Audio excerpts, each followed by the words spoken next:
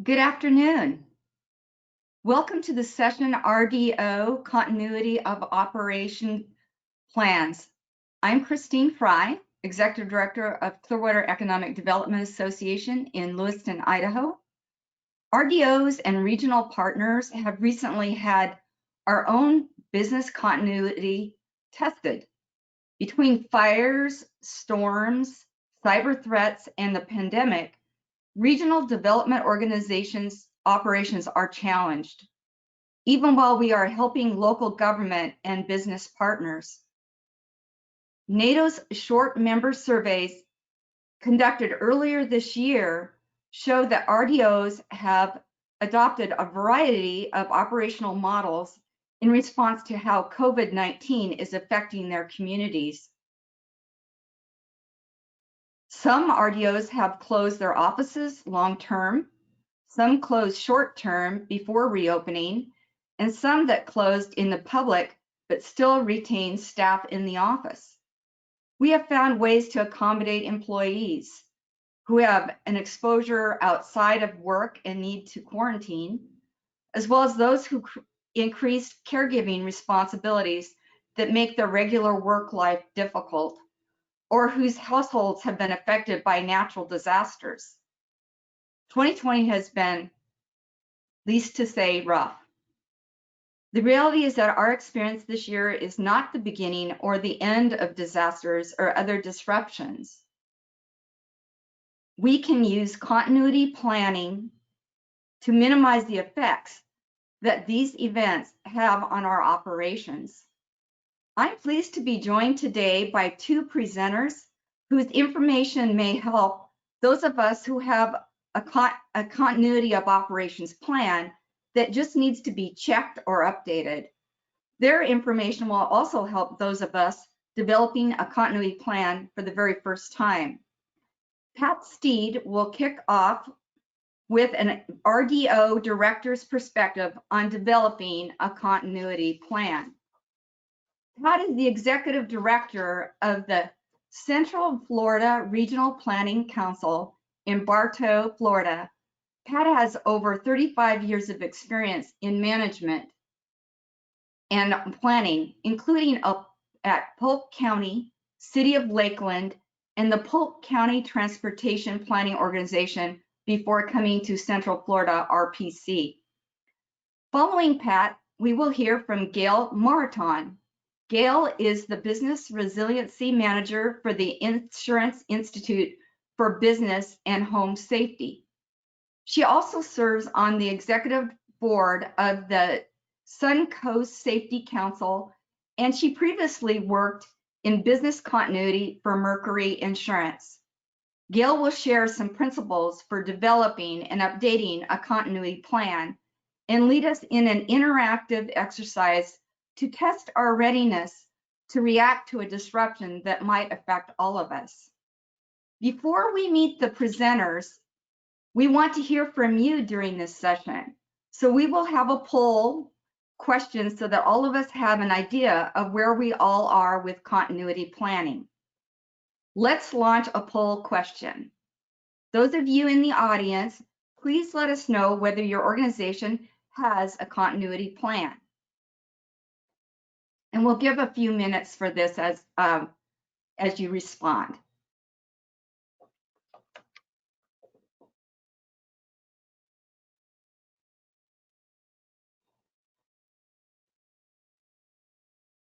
Okay, this is Carrie. We've got about half of attendees voting, so we'll leave this poll open just a little bit longer. We've got a mix of responses coming in, and about 2/3 of attendees have voted. Let's give it about 5 more seconds, and then I'll close the poll. If you want to vote, go ahead and do that now.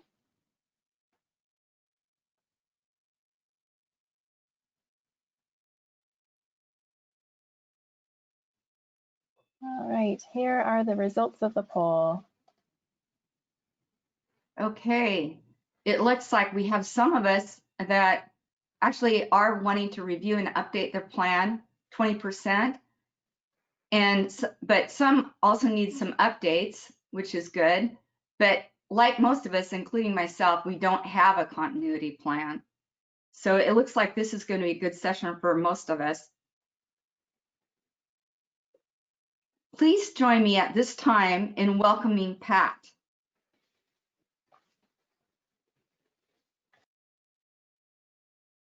Good afternoon. I'm really glad to be with you, and if all goes well, technology will not fail us.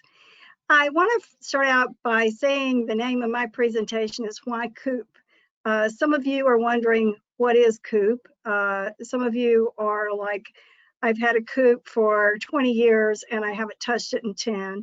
And others, as we talked about, definitely are looking at the opportunity to maybe update the one you have, and others explore, and you're just curious, what is this continuity or operations plan all about, and why should I have one? I want to explain who I am and tell you a little bit about my journey with COOP, and then share with you some details on what our plans are in our organizations. I'm actually involved in 3 initiatives that cover 7 counties in central inland Florida. We have no coast. I might also always add, we don't have the mouse ears located in my region. We are the Central Florida Regional Planning Council. We have 5 counties. They are the top ones in this map that you will see. And then we also are the staff to the Heartland Regional Transportation Planning Organization, which are the 6 counties in the bottom, which is a full metropolitan planning organization, but actually includes 6 counties, 5 of which are totally rural, which is pretty unique. We also are the supporters of the collaboration known as Heartland 2060 Building Resilient Region, which is a grassroots visioning organization. So COOP plays a different role in those, and so because of that, we really have COOPs that cover 7 counties for our operations. So how did I get involved? In one of my earlier careers, I was planning director of a pretty large city that had electric and water utility that covered over 200,000 customers, and due to some strange circumstances, I was physically located in the midst of the electric department for about 4 of those years. And as that was going on, I live in Florida, and so we have a lot of disruptions, storms, flooding, but particularly hurricanes. And because of that, obviously, a utility company must have a continuation of operations plan, or we can't depend upon those services. So you must have roles that each one of your staff must play in that. And because I was there and I could synthesize information, I was good at analyzing things, I was given a role in that utilities plan. So later when I went to work for the a regional organization, private sector engineering and planning firm, and our office was located in that same county where I had worked. And life was normal until, as I like to say, things totally changed. And that was 6 weeks that changed inland Florida. This occurred in 2004. And it was the unlikeliest of circumstances where 3 hurricanes actually in 6 weeks' time crisscrossed, and that dead center of where all of them hit was the county where I live and work. And what happened in the course of that was the first one came through from the Gulf and did major damage, roof damage, trees down, power lines, tremendous destruction. A few weeks later, Francis came through, and it was a heavy water event. We had road collapse, bridge collapse, water flooding. And then Jeanne came through, and Jeanne was just bad, but it wouldn't have been so bad, but everything was saturated at that point.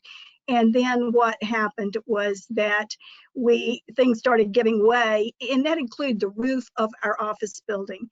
Because I was the person nearest to location of the most senior stature in the office, I was given the assignment. Within 24 hours, I had to totally assess our operations. I had to find a place for us to relocate, and we had to be up and running in no later than 48 hours. That was pretty daunting. I'd never done anything like that before. In the meantime, our organization just happened to have expertise in hurricane recovery, FEMA work, debris removal, And so we had had people from all over the country from our company come to our physical office and work with us. After Charlie, they were there with Francis, and so they had to be up and operational. They supported the Florida Department of Transportation, the county transportation and everything. So they were really the prime people that had to do it. So that's where I got my trial by water and wind, as I like to call it. I then went to work for the Central Florida Regional Planning Council as executive director, and I've been here about 15 years. And during that time, our organization is very involved in evacuation studies. We are currently updating the Florida Statewide Regional Evacuation Study for really how do we evacuate the state of Florida, and it's a very exciting project that we're updating right now. We also have looked at the issues of economic really recovery and what we can expect from different kinds of events that would affect us in terms of disasters. And so a lot of our EDA planning has been centered around hurricane recovery. So when I got here, I just assumed every organization had a continuity of operations plan. Oh my, was I surprised. What I actually discovered was that, in fact, we had a phone tree so that we could let everybody know what was going on. And outside of that, we didn't actually have one. So when I got here, I wrote our first continuity of operations plan. And so what is that? It's basically a timely completion of all tasks throughout the duration of an emergency, regardless of the nature and duration of that emergency, because it can be anything, anywhere. It can be fires, it can be floods, it can be natural disasters or earthquakes, it can be contamination spills, it can be anything we haven't thought of. And in Florida, of course, it's repeatedly hurricanes. So we've concentrated a lot on that, obviously, from our perspective. In looking at a COOP, basically this is what it does. It ensures the ability to continue and support essential functions during a wide range of potential emergencies or events. It responds to emergencies of all types because all of them are not to be expected, and we'll talk a little bit about our latest unexpected. Then it's important that it be reviewed. We review it annually and we update it, both for improved effectiveness and for situational personnel changes. And I'll show you content so you'll understand what that really means. This is the, because we are both the Heartland Regional Transportation Planning Organization and the Central Florida Regional Planning Council, we actually have two separate COOPs, and one of them was around for a long time. We've been the TPO for about 5.5 years. It is a requirement if you are an MPO, but certainly in RPC world or COG world or whatever your regional organization is called, it's rarely a requirement. But these are the general sections of a COOP. An introduction and purpose, and ours discusses the organization of the plan itself. It has a concept of operations, which really explains what we do, what we're all about, and our essential functions. It also has a chapter on continuity of meetings. This is even more critical in our role as the MPO, TPO, because we have so many different committees. We also do a lot of rural transit and transportation disadvantage work, and in Florida, that also has other boards and committees associated with it.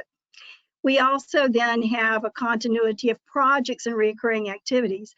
A lot of things we do repetitively and must sometimes by statute or grant requirements be done repetitively. We have other projects that are at critical standpoints, and so how do we continue those projects?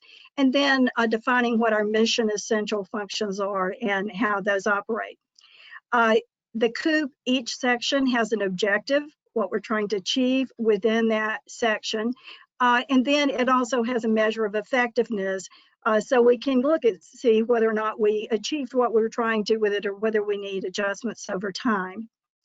There are appendices, and these are really important parts of the document. One of those is the staff phone numbers for our organization and the order of succession, like who calls what when.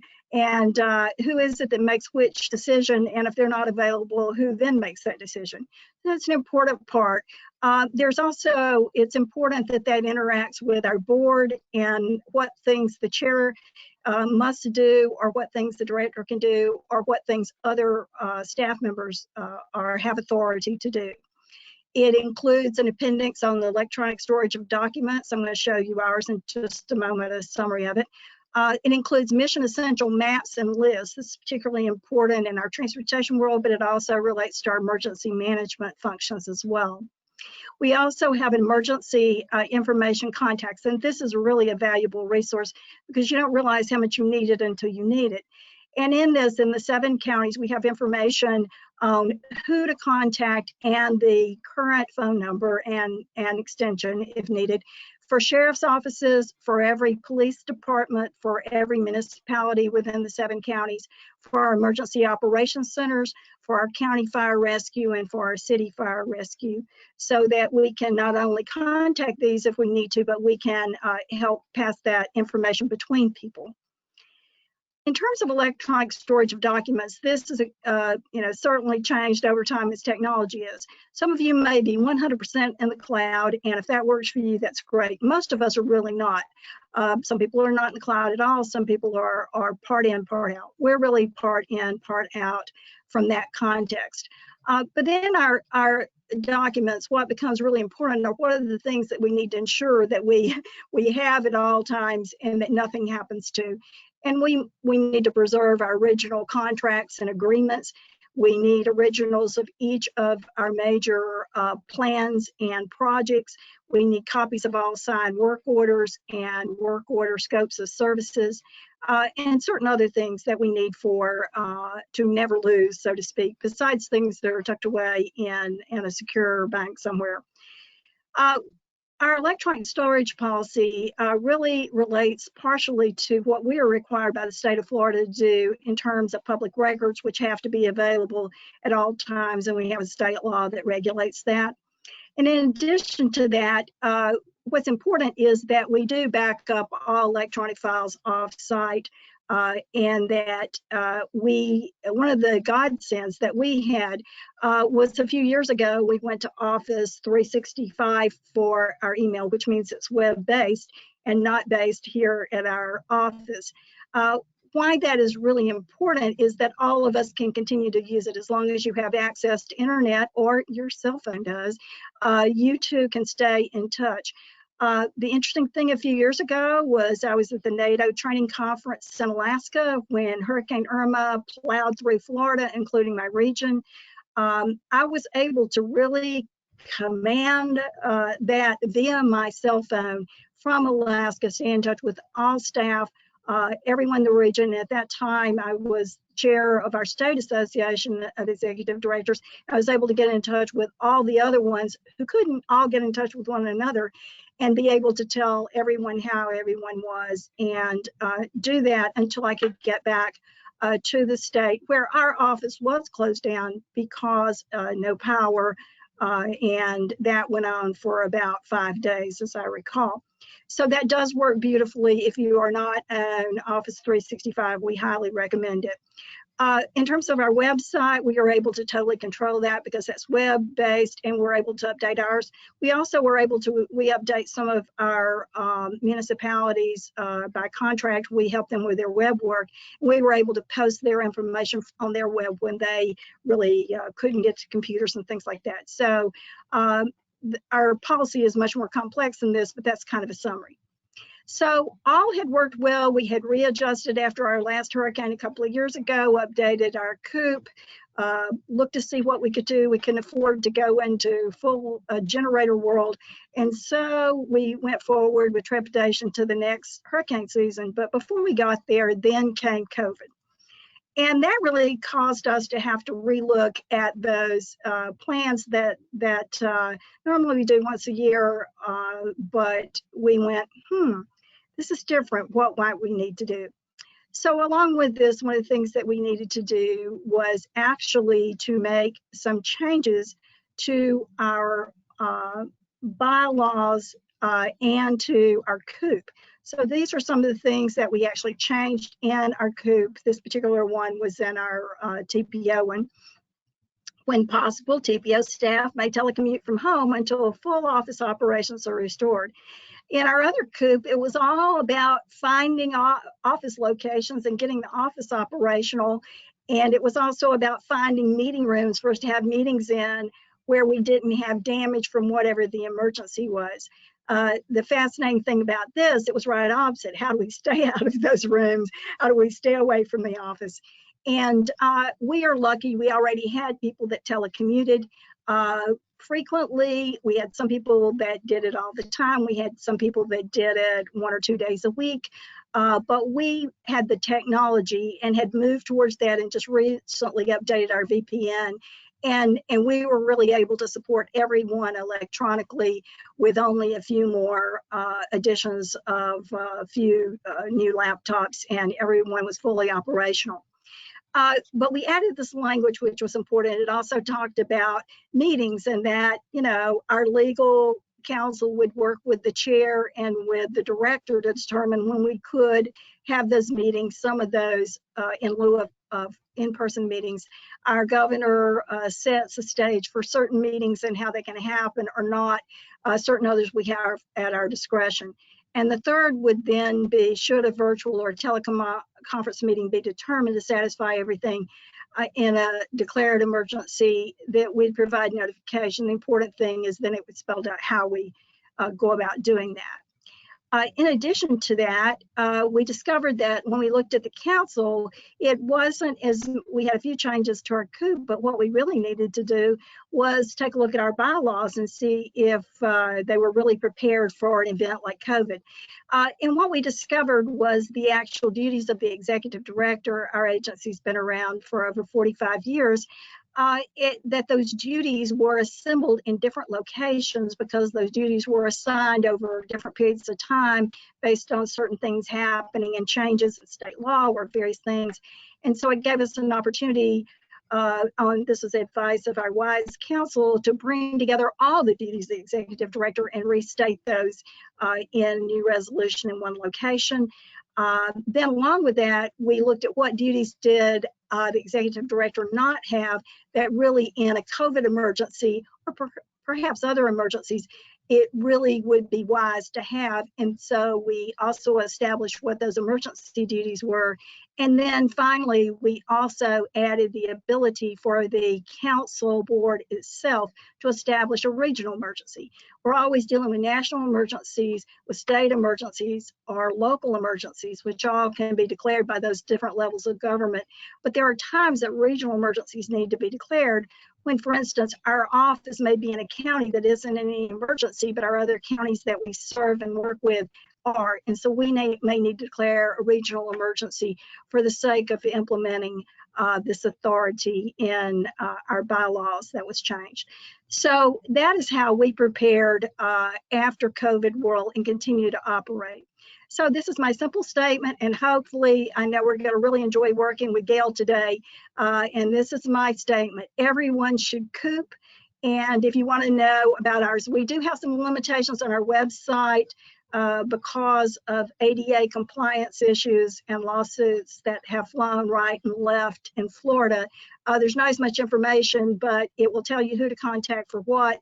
I believe our COOP plans are posted, cfrpc.org, heartlandregionaltpo.org, or if you want to know about Heartland 2060 organization, heartland2060.com or org. Thank you. And Christine, I turn it back to you. Thank you so much, Pat. Really appreciate it. And before we get started with the next speaker, I wanted to go back to the fact that if any of you have questions, just type your questions in the question box and we'll get to them after the next speaker. So at this point, I'd like to turn things over to Gail.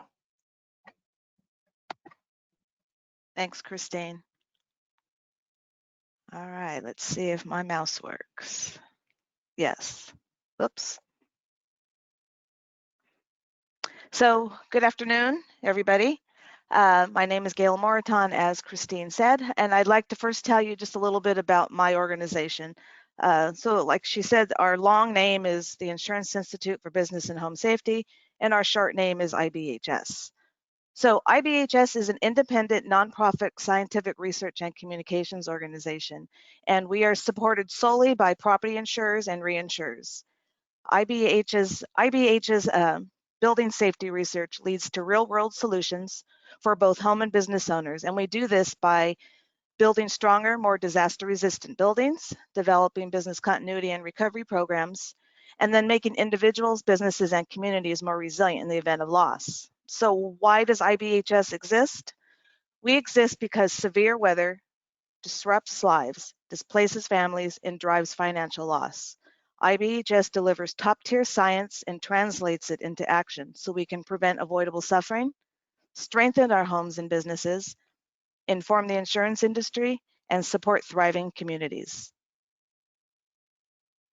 So here on this slide, this is our state-of-the-art research center, which we just celebrated our 10-year anniversary there. It is in Richburg, South Carolina. So we are the only lab in the world that can fully engulf full-sized 1- and 2-story structures to a variety of natural hazards, including rain, wind, hail, and wildfire. The heart of the research center is our fan array. It has 105 fans. Each one is equipped with 350 horsepower motors and has a diameter of nearly 6 feet. Just as an FYI, these fans are usually used in the mining industry to provide ventilation for large underground shafts. But with these fans, we're able to create realistic category 1, 2, and 3 hurricanes, extra tropical windstorms, wind-driven rain conditions, and strong thunderstorm frontal winds. So the floor plan inside the main lab is 21,000 square feet, which is equivalent to about 4.5 basketball courts, or it's large enough to accommodate 9 2,300 square foot homes. We also have a 55-foot diameter turntable so that we can move building specimens 360 degrees during testing without any human intervention. So first, I just want to explain some of the resources that we can provide both businesses and homeowners. So both your own 4 walls of your business, your office, as well as your own personal homes. IBHS has turned our research center into 2 programs, the Fortified Home and the Fortified Commercial programs. They are both nationally and recognized building methods based on our 20 years of research and our real-world testing. The Fortified standards build upon building codes by improving performance against natural hazards and reducing the risk of property losses. The programs are an effort to encourage builders, homes, and business owners to use these higher standards for new construction or when re-roofing to better protect the structures against severe weather. So I just want to take a moment to do a little bit of bragging. There are more than 16,000 fortified properties that were put to the test, and they demonstrated homes and businesses can be built better. In the days following Hurricane Sally's landfall, our IBHS engineers conducted field assessments across coastal Alabama to check on those buildings' performance to wind, including dozens of properties, of both properties that were fortified and properties that were not fortified. And to date, indications are that more than 90% of the thousands of fortified buildings had 0 to minor cosmetic damage. And then all of our 19 fortified commercial buildings fared the same, 0 to minor damage. Whoops. So whether you're a homeowner or a business owner, after a disaster strikes, rebuilding beyond local building codes will improve structural performance and reduce the risk of property loss. So what's important to know is that when you are rebuilding after disaster, you can apply for an SBA-backed disaster loan. And it can be increased by an additional 20% to pay for mitigation repairs and mitigation improvements. This extra amount can be used by rebuilding to our fortified standards with just a few improvements mentioned here on this slide, such as sealing your roof deck, anchoring your roof-mounted equipment, installing a backup generator, or even elevating your building's first finished floor. So to find out more, I encourage you to go to fortified.org, which provides information on the IBHS professional standards, training opportunities for building professionals, and other technical resources. So there's another site. It is called, oops, I skipped ahead.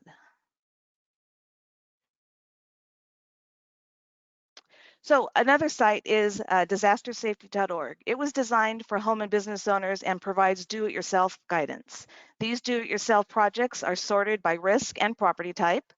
In addition, I'm sorry, I have lost my place. So in addition to our scientific research, IBHS also provides business continuity and preparedness programs because natural disasters, of course, can wreak havoc on small businesses.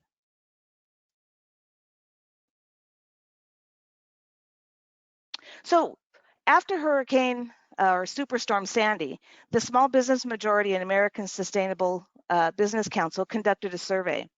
And here's what they found. They found that the majority of small businesses operate out of a single physical location. This makes small businesses more vulnerable to loss compared to larger organizations or companies that have backup resources at alternate facilities. They also found that the average cost of downtime for a small business affected by an extreme weather event was $3,000 per day. And remember, this is Superstorm Sandy. This was back in 2012. So I'm sure that average cost of downtime is a lot more today. And then what they also found, 50% of small businesses had no disaster recovery plan. And based on the poll that you did, 53% of you had no plan. So that's still, even in 8 years, that percentage is still accurate. And then for those businesses that they did have plans in this particular survey, 90% of them spent less than 1 day a month maintaining and updating them. So while what I'm going to be telling you about, I keep skipping ahead.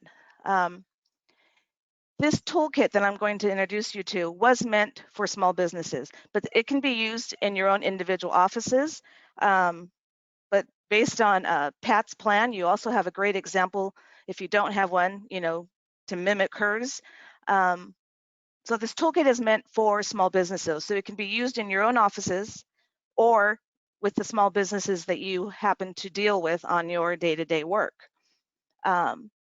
So prior to COVID, when I would speak to small businesses, they would provide many reasons on why they did not have a plan. And these are some of the reasons here on this slide. They felt it would never happen to them. Of course, business owners felt they had more important things to do, or they felt they were too small to need a plan, or they thought that having a backup of their computer data was enough. Some didn't even know where to go for help, or some even actually felt there were no risks. And then others thought it would just take too much time and too much money. But this is why we created this free toolkit. So in 2013, IBHS created OFB-EZ. And it was based on an original toolkit we created back in 1997 called Open for Business.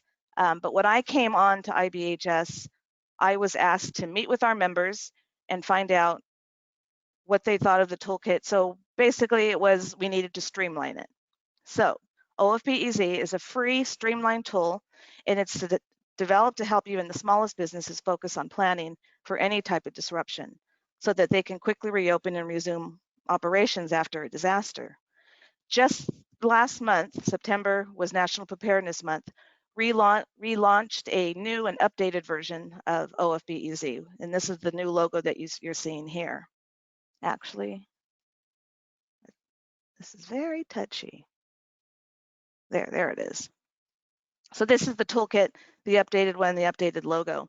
So the toolkit is designed for the user not to require any previous experience with or knowledge of business continuity planning. The toolkit is available in both PDF and Word, and there's fillable fields, and you can download from disastersafety.org. And then for our Hispanic-owned small business community, whose growth is a driving force in the US, we have it currently in the Spanish version, but the updated version is just being worked on right now. And in fact, a Spanish translation class from the Tulsa Community College is actually doing the translation. So that should be coming out in November, the newest version of the Spanish. And then we have a mobile app. It's OFB Easy Mobile. The enhancements that were made to the hard copy will be made in these next quarter. So the current version is our old version when you download it. But it's free. And what's great about when you download the mobile app is that it's on your device only. We do not store your information on the cloud. You're able to share whatever you enter into the plan with another user. You can password protect that data in order to keep it safe. But it is a great tool to have. And again, it'll be updated in the next, probably the first quarter of 2021.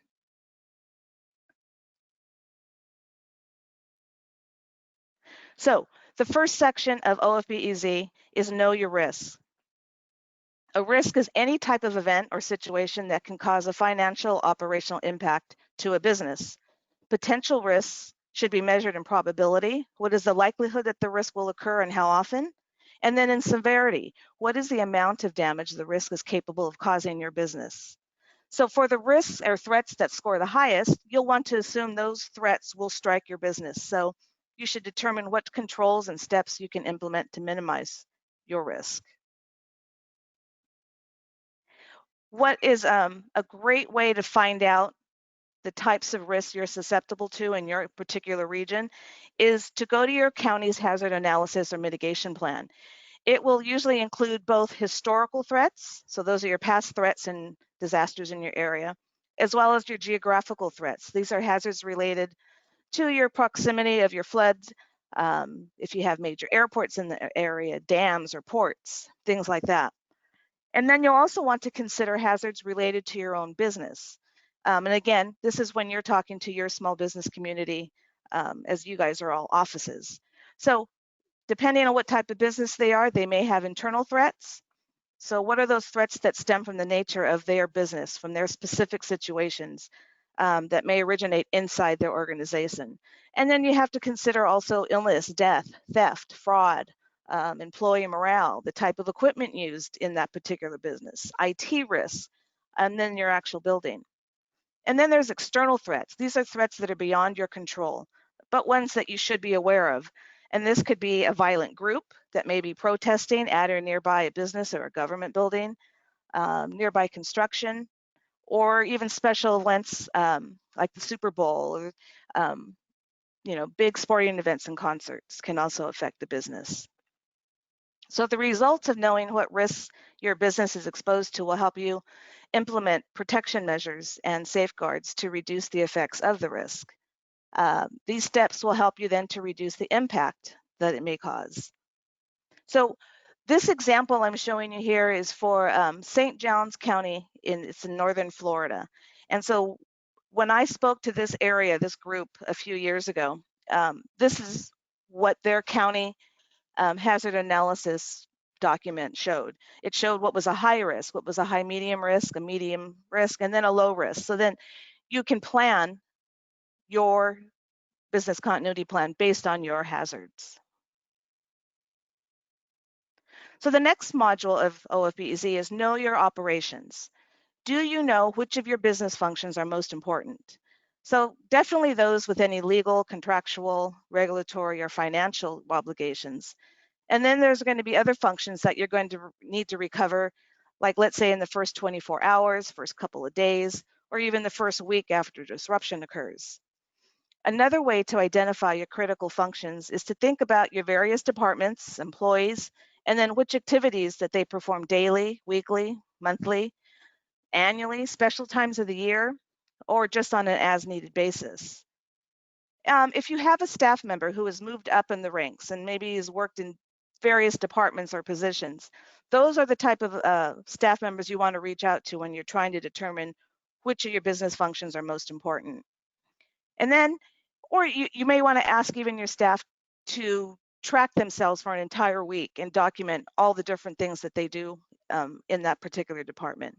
So once you determine which functions are most important, for each of those, you're going to want to determine and document who performs and helps performs the activity, what technology is needed to complete it, are there any other dependencies, how is the activity performed, and are there any manual workarounds, because you definitely want to document those.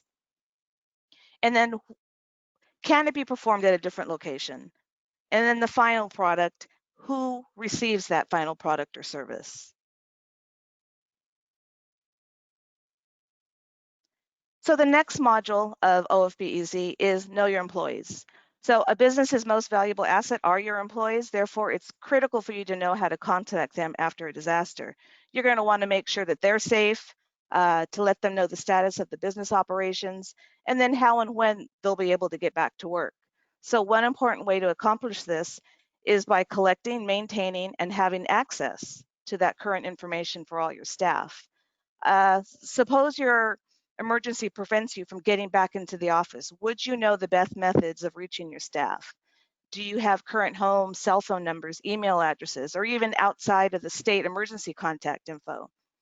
And then when was the last time that you verified this information with your staff? Living in Florida, myself, our office, we update our contact information at the end of the year and then every May, because June 1st is when hurricane season starts here in Florida. So here's another example of ways to make sure that your staff is prepared. Again, using St. Johns County as an example, there is an emergency management website, usually for every county. It'll provide information depending on your region, if you're in an evacuation zone, what your county's emergency notification system is used, any guides, whether it's hurricane guide, wildfire guide, tornado guide, all this information will be on your county's emergency management website. It'll talk about evacuation and sheltering, information for disability preparedness, pet and animal safety. So I encourage you to check your county's emergency management website to find out all the different information it will provide you and your staff members. So for St. Johns County, again, there we go.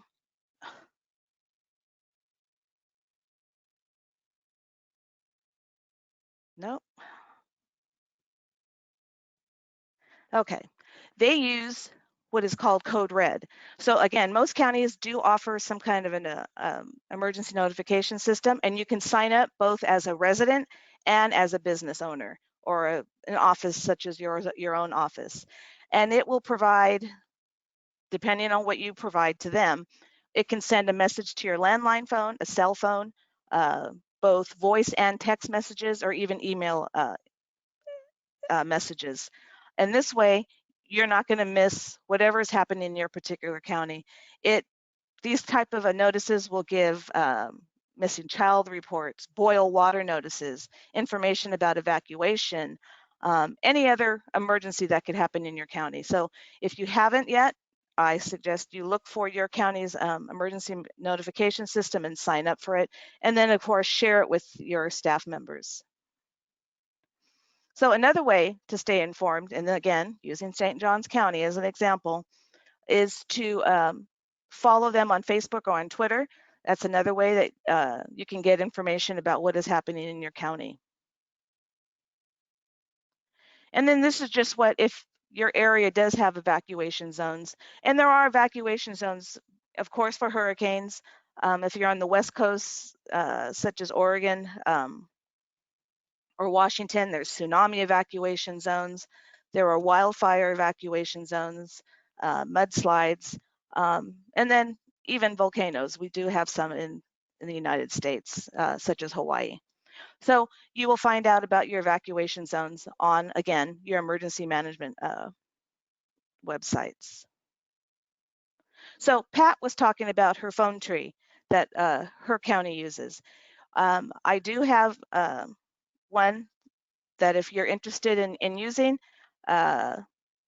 this is what we use in our office at IBHS. We have about 67 employees right now in 2 different states, and we're a nonprofit organization. We don't have the budget to purchase an emergency notification system like these counties do. So we follow a phone tree, and this is just, I wanted to show you that I can provide one if you're interested. And then what we also provide our employees at IBHS is this wallet card. And I can, again, provide you with the template. And you can put all sorts of information. For IBHS, we put the emergency hotline. We put our intranet site that people can access outside of the company, phone numbers to our facility manager, to our security desk. And then, of course, we tell employees not to talk to the media if they come around for whatever reason, and we give them the name of our media director on this card. So it's a great way to have your employees have this information handy to them. So again, this is not part of OFBZ, but I do get asked this question a lot is, okay, so I am a small business or I am an office such as yourselves. Who am I going to choose to create my plan? Pat explained how she got involved with business continuity. It was based on her past experience working at, was it the electric company, Pat, I think you said. And I'll tell you how I got into business continuity is I had been with an insurance company for 25 years. I had worked in 3 different states and various departments, and they figured with my background, I had subject matter expertise. So why not? So what you want to look for in a person, if you can't, of course, have the budget to hire one that works 100% business continuity, is look for someone who's been with the organization for a long time and maybe has worked at different departments within it. So you want someone who's going to be inquisitive, who can think outside the box. Of course, has to be a multitasker. People need to respect this person because this person is going to go around to talk to everybody and ask detailed questions about their job. And they need to be a good salesman. They need to explain why business continuity is important and why they need to cooperate. So let's get on to the next module of OFBEZ, which is Know Your Equipment. And this is one of our newest additions to OFBEZ. So often businesses have particular equipment that serves as the primary source for a successful operation. If such equipment was to fail or be unavailable, the business may have to restrict production of goods or services, be forced to close, or even shut down.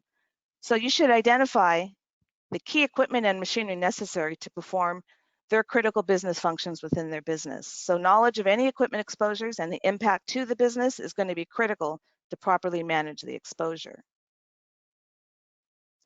Another new section is know how to reduce potential disruptions. This was designed with the small manufacturers in mind. So know how to reduce potential disruptions is to think about your risks from loss of production, which can cause harm to sales and profits and market share. So while many businesses have specific operations, this module includes general and external and internal questions to think about. Their makeup capabilities, their product and their inventory, if they have perishable stock. What about power? Do they have an on-site generator or do they have to call out for one? Things to think about, such as their shutdown and startup plans, and then any other miscellaneous general operation questions. So then our next module is know your key customers, contact suppliers, and vendors. So this is the same as the employees. You're going to want to be able to reach out to these stakeholders, key stakeholders, in the event of a disaster. The best way to do this is to work with your accounting department, because anytime either an invoice comes in with new contact information, a new phone number, a new contact information, you're going to want to update and maintain your list of stakeholders.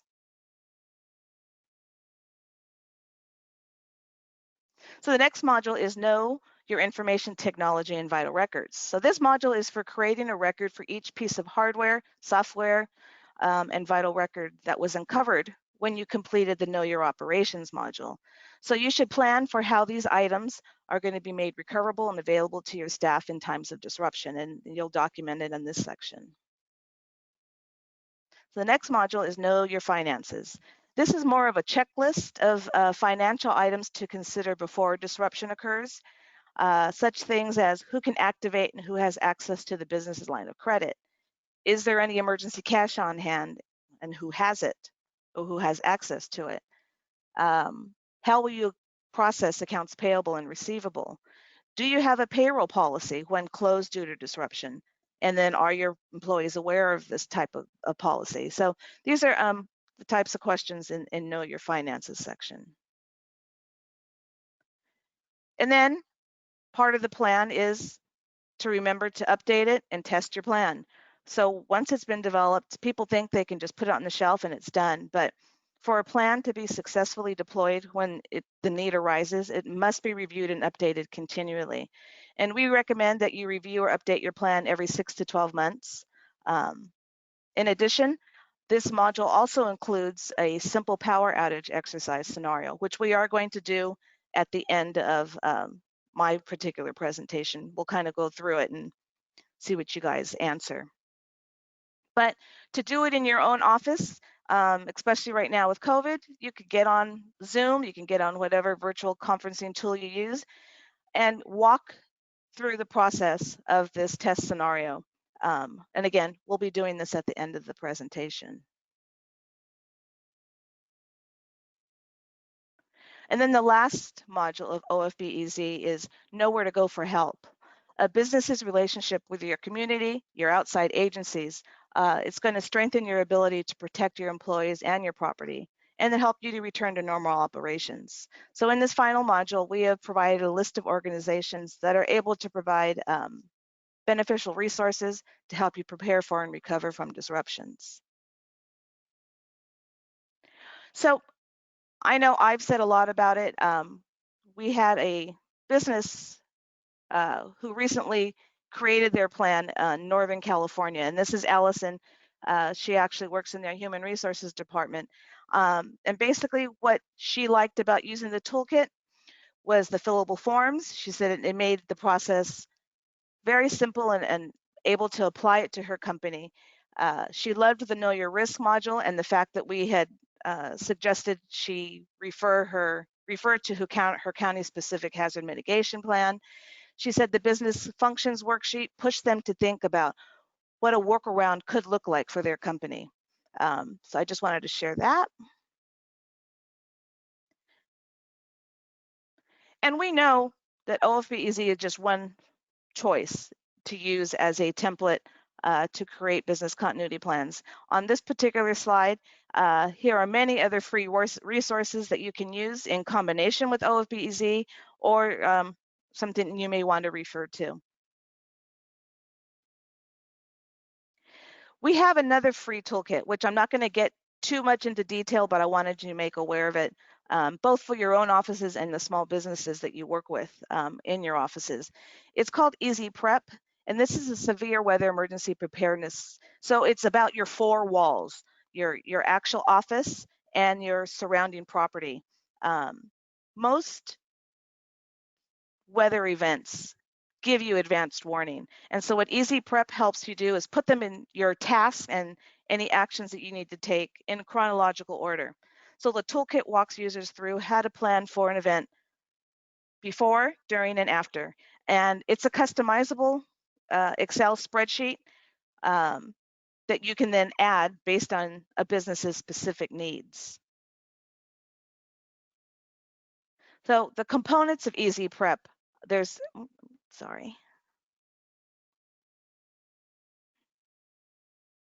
There are 8 components of Easy Prep. It includes life safety, sunny day building preparation, preparation right before, during, and then after an event, and then a debrief component that instructs the user to gather their staff to discuss successes and failures, and then they can improve their plan going forward. So like I said, it's an Excel spreadsheet, which if there's a row or a task that doesn't apply to your business, you just delete it. If you want to add other tasks in, you just insert a new row and add your task. You're going to want to assign that task to someone who has who's primary responsible, and then an alternate who is responsible for that task. And we use this, of course, living in Florida for our hurricanes. And then in our South Carolina, they use it for their winter weather. So since the onset of COVID, we've created some guidance for small businesses on how to prepare and reopen your business. And this is our disaster safety and where you can find the COVID information. And these are just some of the things, like I said, we've created a document or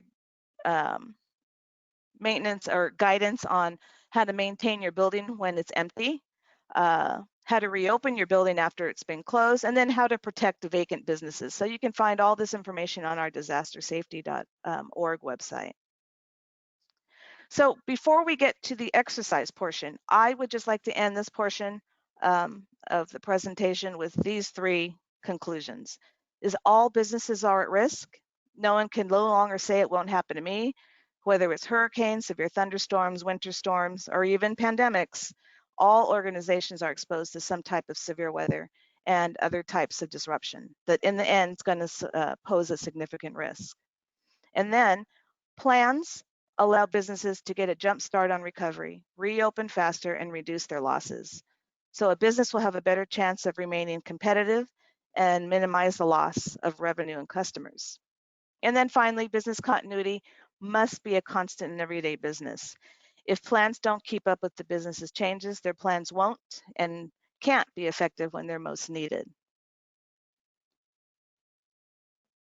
So here is my contact information. If you're interested in those templates, the call tree or the wallet card, reach out to me. If you have any other questions, again, you can just send me an email that's shown here.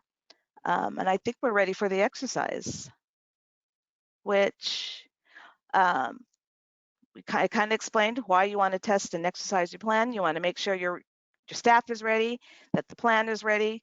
It'll help you improve the tasks that you have in your plan.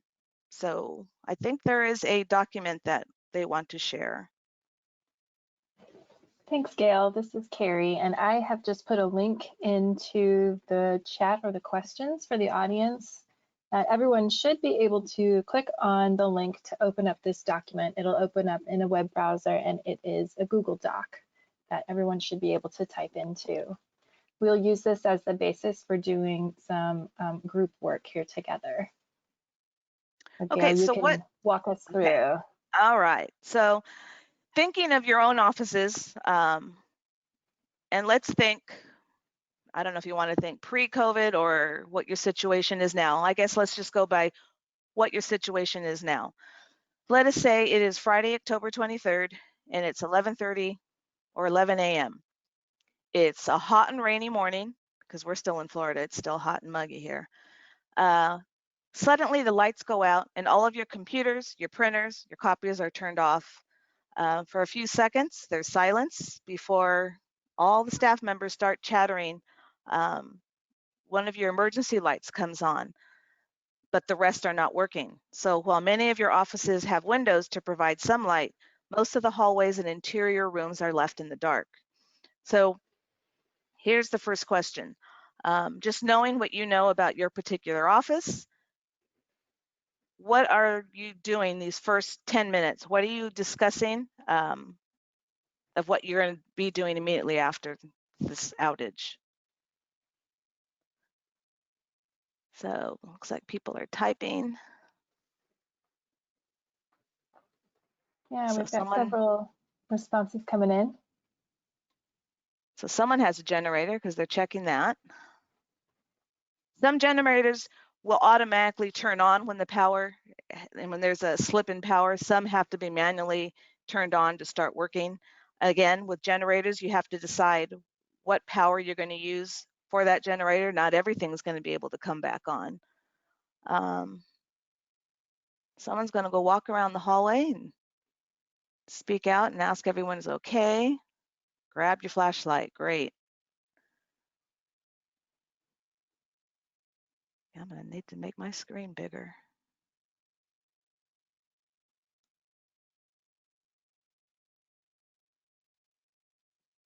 All right, someone's calling the university to see if the university is power outage is all the way there. No generator. Someone saying they're going to have to evacuate and go outside. I already know that it's cold up north, so that's not going to be pleasant.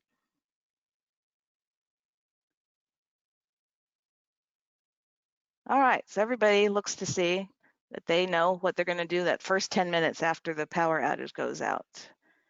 Okay, the next inject is now 1 o'clock, same day, Friday the 23rd. Lights are still out. The building HVAC system has been off for now an hour and a half, and the temperature inside the building, again, depending where you are, is either getting unbearably cold or unbearably warm. Your entire power grid is without power. There is no word from the electric company about restoration of power. So the first question, now what are you going to do? Let's see what people are doing.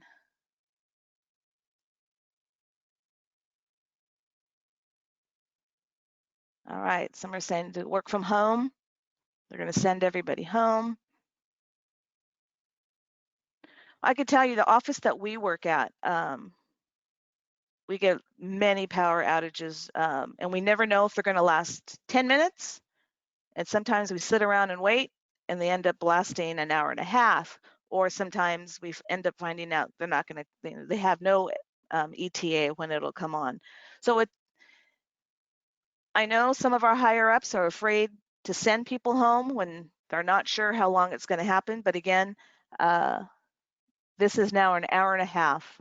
I know in our office, they would send us home. But here's another thing to consider. Is your technology or computer room being dealt with? I know in the summer months, our computer room needs to stay cool.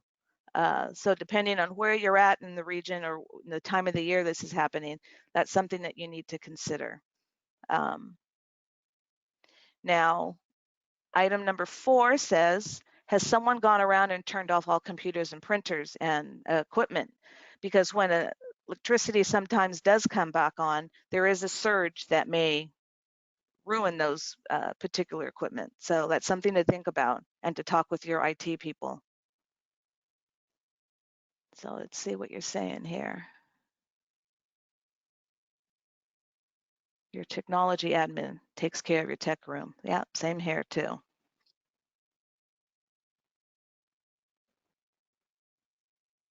I can tell you since COVID, and we haven't been in our office since March 13th, we have gone into like our mail room, our printing room, and we've unplugged everything.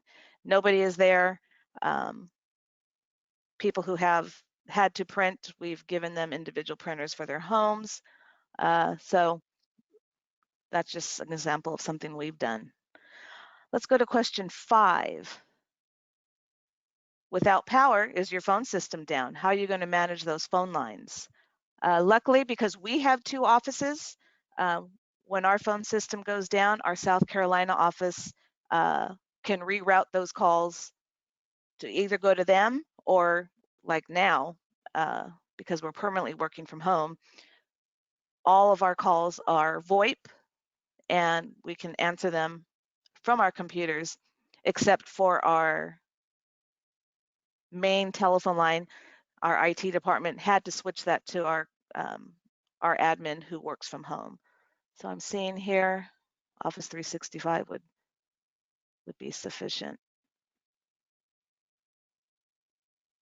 Okay. Oh, you have RAVE emergency notification system. All right. All right, let's go on to number 6. It is Friday now, same day, Friday, October 23rd, 2 p.m. Employees are asking if they can leave early. So if you haven't sent them home yet, now they're asking. The word around town is that the power might not be restored for several days. So how are you going to communicate this message? What instructions will you convey to your employees, your customers, and any vendors? If I could tell you what we would do if this would have happened to our offices, we've got a lot of webinars that we schedule.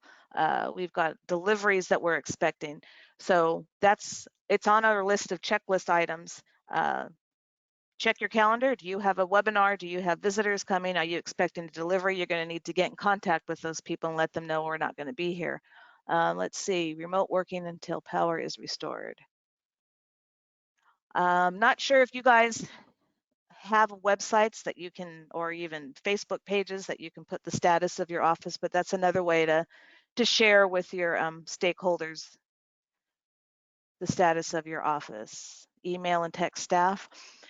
One tool I would like to share with you, like I said, we are a nonprofit. We don't have a budget to be able to purchase a notification system, but we have used this service called Easy Texting, and it's more used for businesses to share information about their product to a group of contact information that they have, but we use it to send one message that goes to everybody's cell phones, and it doesn't charge a per month fee.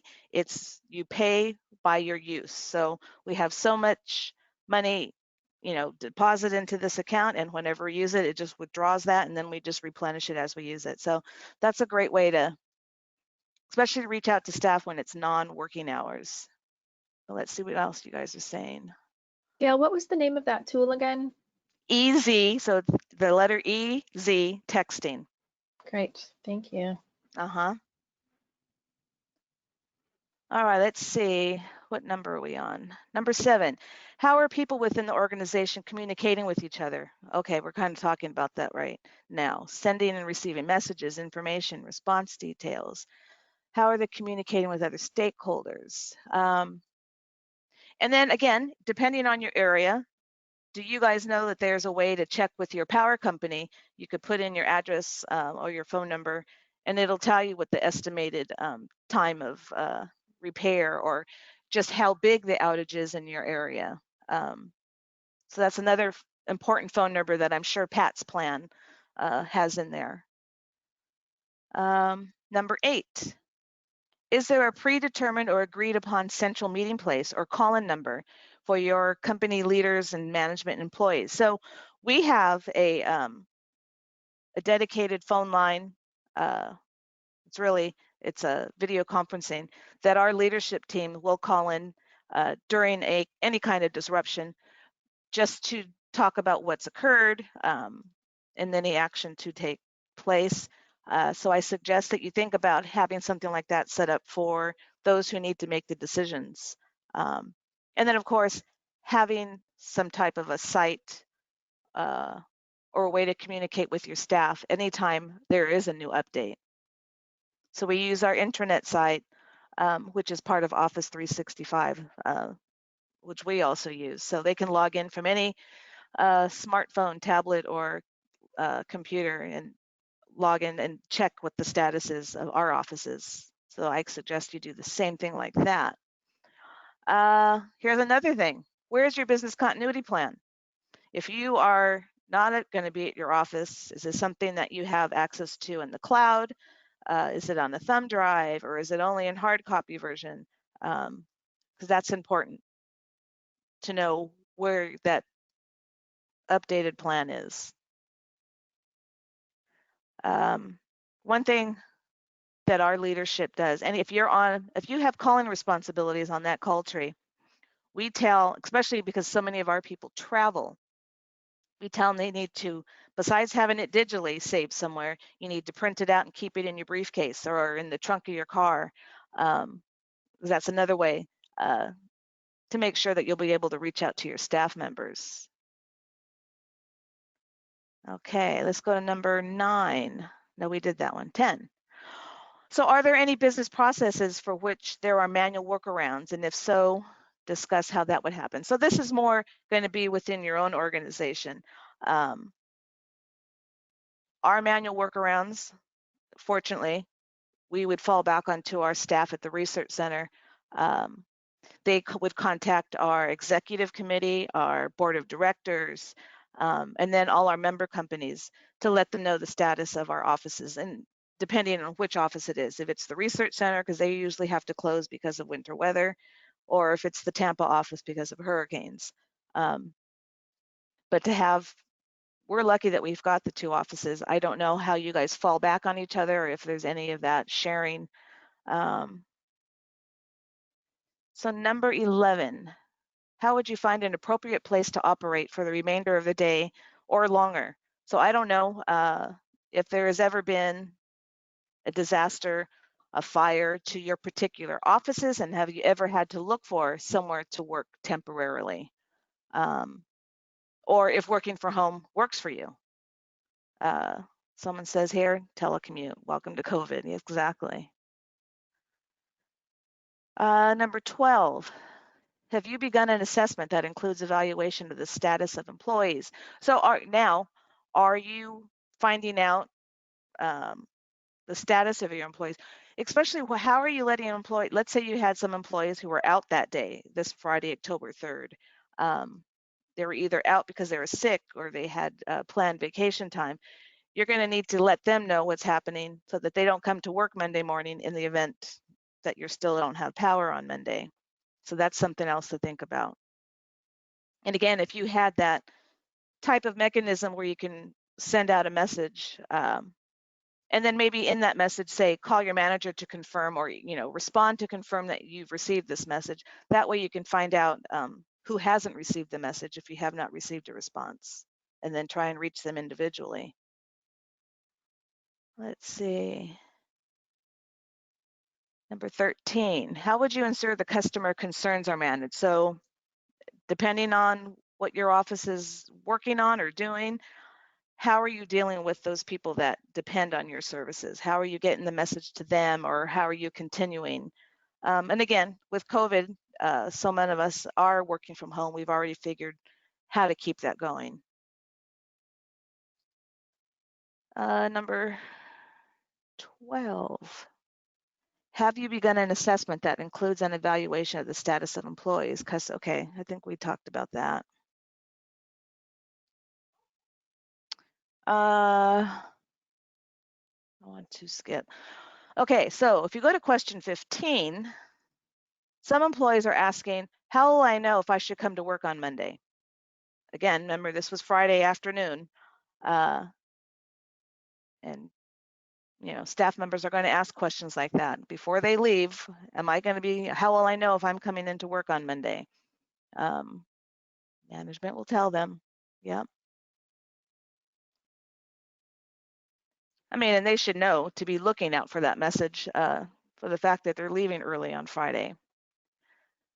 So if you look at the next inject, it's Monday, October 26th now, and it's 7:30 a.m. It's been 3 days and the power is still out. The health department has determined that no building without running water can be open for business. Clients are calling and the company voicemail system is full. Employees are emailing and texting the human resource director asking for guidance. So what are we telling them? It's now Monday, 7:30, still no power. So again, that's going to depend on your continuity plan. Hopefully you had one before this happened. And then what's great, anytime we have had, and I'm going to give you my example of our Tampa office. Anytime we have had a hurricane, and that's usually our only disasters we've had. 2 weeks after the event is over, we meet in our conference room. And this is anywhere from the mailroom staff member to the receptionist to our CEO. And we go around the table and we talk about what worked, what didn't work, what was missing from the plan.